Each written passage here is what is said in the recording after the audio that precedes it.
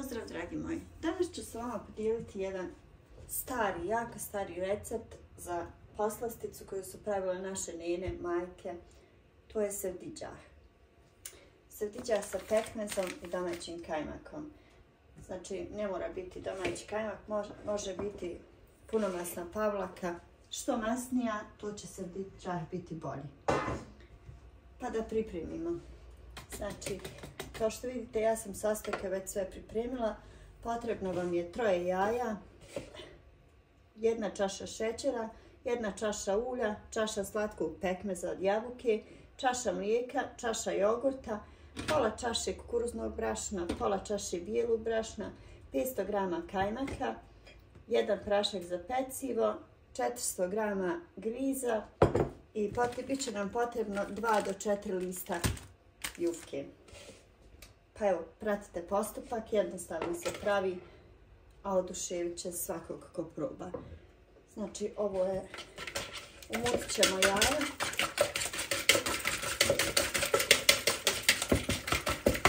Ovo možete raditi mikserom, ali evo, ja ću ovako baš pod starinski kako se pravi.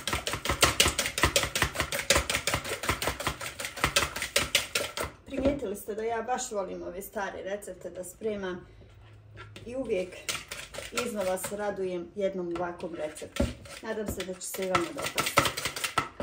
U jaje ćemo dodati čašu šećera i sve ćemo lijepo pjenasto umutiti.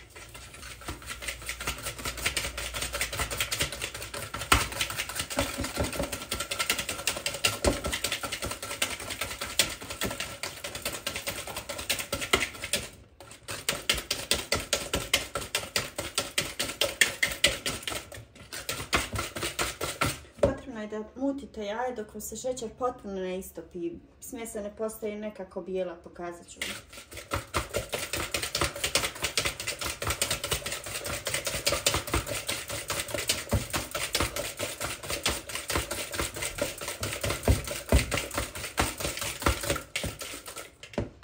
Evo, pogledajte. Ja sam ovdje koristila domaća jaja, pa je malo teško da smjesa baš bude potpuno bijela. Sad ćemo postepeno dodavati ostale sastojke i mutiti. Znači, čaša ulja.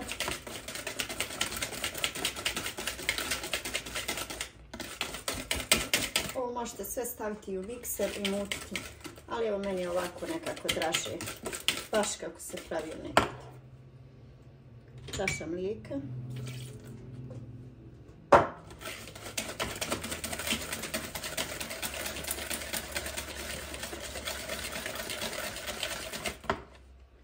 Potrebna je 1 čaša jogurta. Ja sam uzela ove čaše od 200 ml koje svaka kuća ima. Znači, evo tako da vam objasnim. Najlakše to su ove čaše od nekih 200 ml.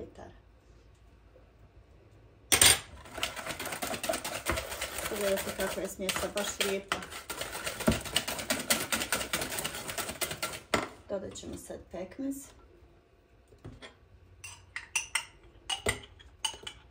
Ovo je slatki pekmez.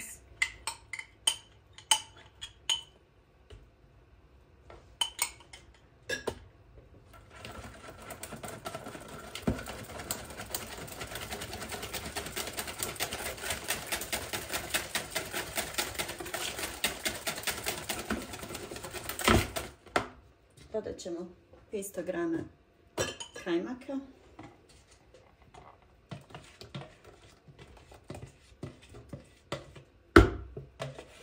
Postoje i mnoge druge opcije za pravljenje sevdiđaha. Znači, otprilike onako zovu se lažni sevdiđah. Ne idu jaja, ne ide ovolika količina kajmaka. Ovo je baš onaj pravi kako se pravio prije.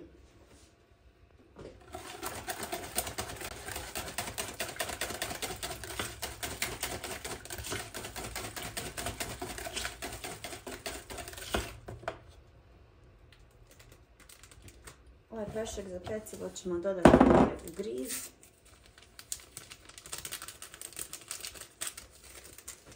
U to ćemo dodati i kukuruzno brašno i bijelo brašno.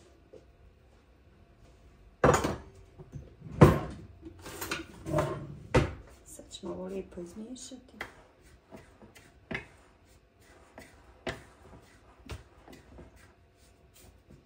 I sve ćemo dodati u ovu našu smjesu.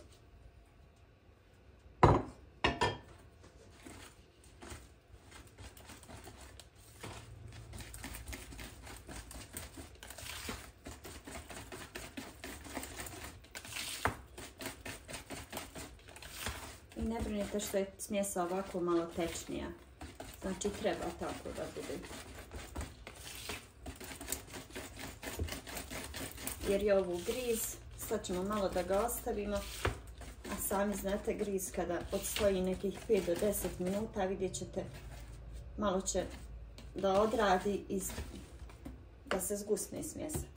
Znači sad ću ovo ostaviti samo nekih 10 minuta da mi odstoji, da malo griz odradi svoje i onda ćemo istresti u kalup.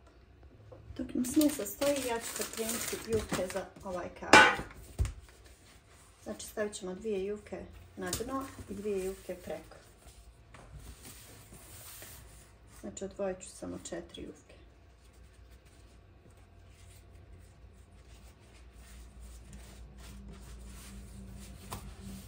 Ove ostale ću iskoristiti za presnac, pitu ili trkutića od sira ili šta.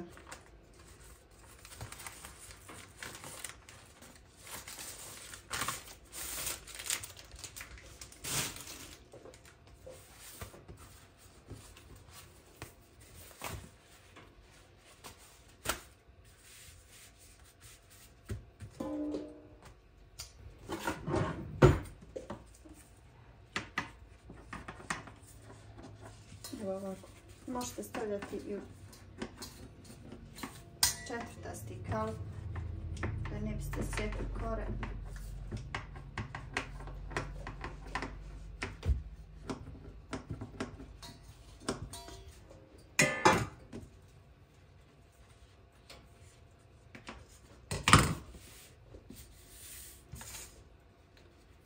Znači sad ćemo pouliti ovu našu tepsiju.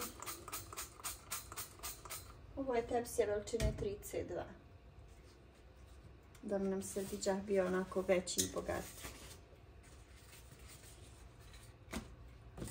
Ja ću iskoristiti ove jufkice da ih poredam na dno. Ova smjesa jako lijepo miriši na pekmez, kajmak. Znači na dno ćemo staviti 2, a 2 ćemo ostaviti od ozgo.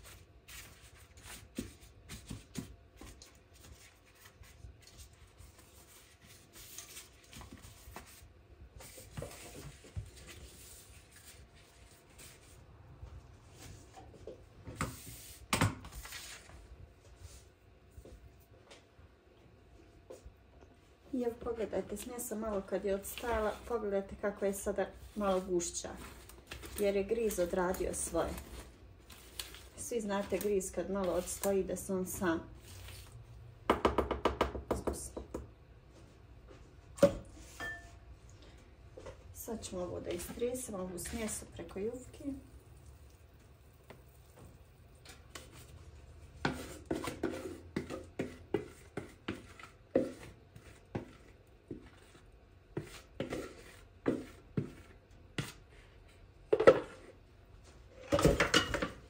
Prekrićemo sa ove naše 2 jufkice koje smo ostavili.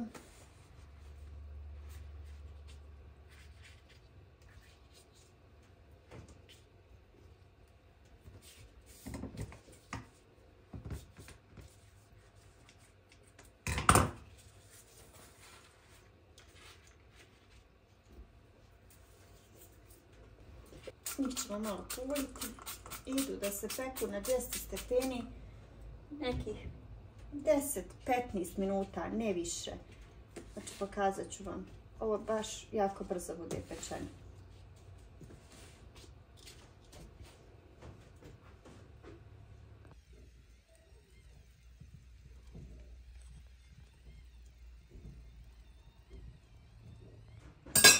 Ovdje sam zagrijala 200 grama domaćeg kajmaka.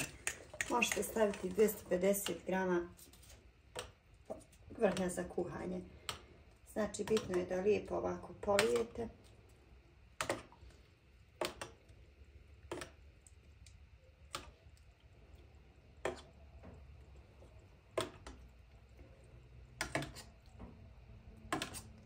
Slobodno ga polijete malo bolje, da upije i bude sočan.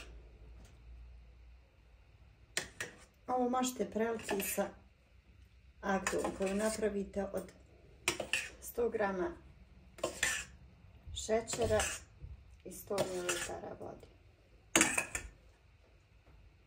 Ali evo, pošto sam ja snimala baš onaj pravi starinski, odlučila sam da ga zalijem onako kako su ga naše nene zaljevale. Znači ovako sa kajmakom. On će ovo za par minuta sve da upije i bit će sočan i ukusan.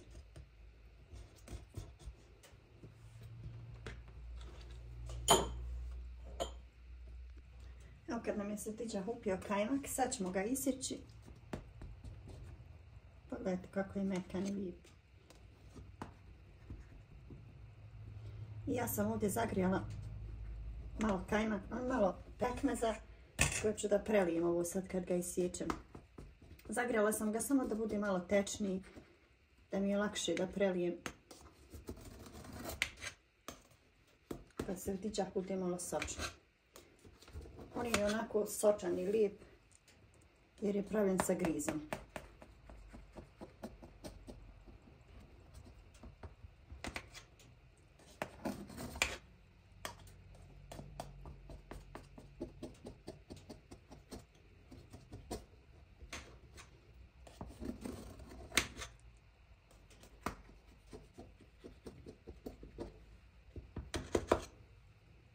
Ovako. Sad ćemo ga praviti sa ovim našim pekmezom.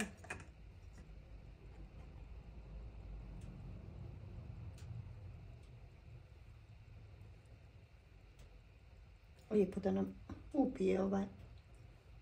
Samo zbog toga sam zagrijala pekmez.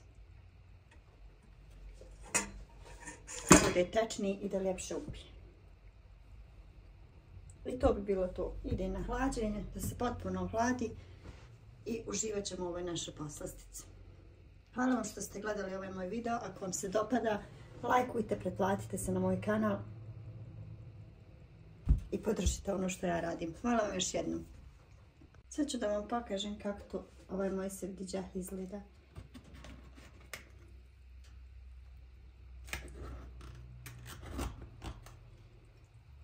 Malo je teže izvediti ovu prvu kocku, ali potrudit ćemo se.